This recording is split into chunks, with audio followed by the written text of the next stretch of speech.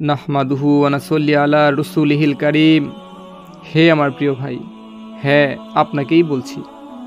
আজ আমি এমন একটি হাদিস আপনার সামনে পেশ করতে চলেছি যা শুনলে মুমিনের হৃদয় কাঁপতে বাধ্য, চোখে অশ্রু আসে আর অন্তর চিৎকার করে ওঠে, হায় আমি তো এসবের ভেতরেই আছি।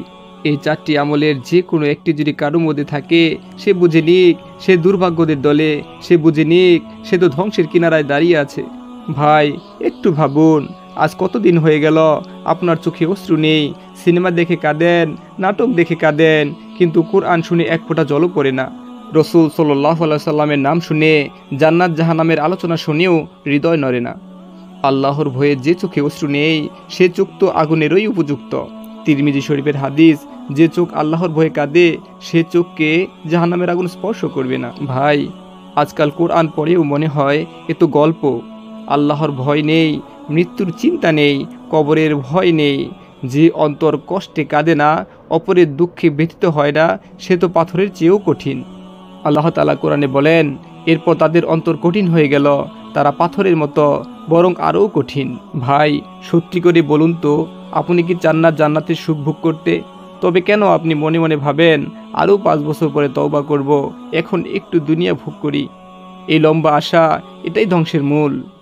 আজ নয়, কাল নয়, তওবার সময় এখনই। মৃত্যু তো কোনো সময় বলে আসবে না। আপনার ঘরে অনেক কিছু আছে, তবুও তৃপ্তি নেই, আরও চাই, আরও চাই। এ দুনিয়ার লোভ আপনাকে ধ্বংসের পথে নিয়ে যাচ্ছে। কোনো মানুষই দুনিয়ার লোভে তৃপ্ত হয় না যতক্ষণ না কবরে প্রবেশ করে। রাসূল সাল্লাল্লাহু আলাইহি সাল্লাম বলেন, মানুষের একটি উপত্যকা পরিমাণ স্বর্ণ থাকলে সে দ্বিতীয়টি চায়, তার মুখ কেবল মাটি দিয়েই ভরবে।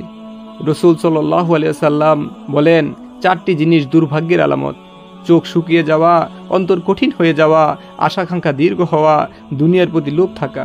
এখনও সময় আছে। আজ যদি আমরা এই 4টি রোগ আমাদের মধ্যে দেখি, তাহলে এখনই আমাদের কান্না করতে হবে, তওবা করতে হবে, ফিরে আসতে হবে আল্লাহর দিকে। কারণ এই 4টি আলামত আমাদের কিয়ামতের দিন ধ্বংস করে দেবে। ভাই একবার চোখ বন্ধ করুন, কল্পনা করুন কবরের অন্ধকার আপনার নাম ধরে যখন ডাকবে, ফুলান ইবনে ফুলান উঠে দাঁড়াও, তখন আপনি কি নিয়ে যাবেন? আপনার মোবাইল, আপনার টাকা, আপনার ফেসবুক ফলোয়ার? না ভাই, শুধু যাবে আমল, কান্না, তওবা আর আল্লাহর ভয়। অতএব আজ রাতেই নামাজে দাঁড়িয়ে আল্লাহকে ডাকে, হে আল্লাহ আমার এই শুকনো চোখে কান্না দাও, এই পাথরের মতো অন্তরকে নরম করে দাও, দীর্ঘ আশা ভেঙে দাও, আর দুনিয়ার লোভ থেকে আমাকে মুক্ত করে দাও।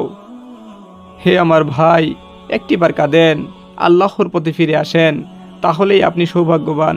নইলে এই হাদিস আপনার বিরুদ্ধে সাক্ষী হয়ে দাঁড়াবে কিয়ামতের দিন।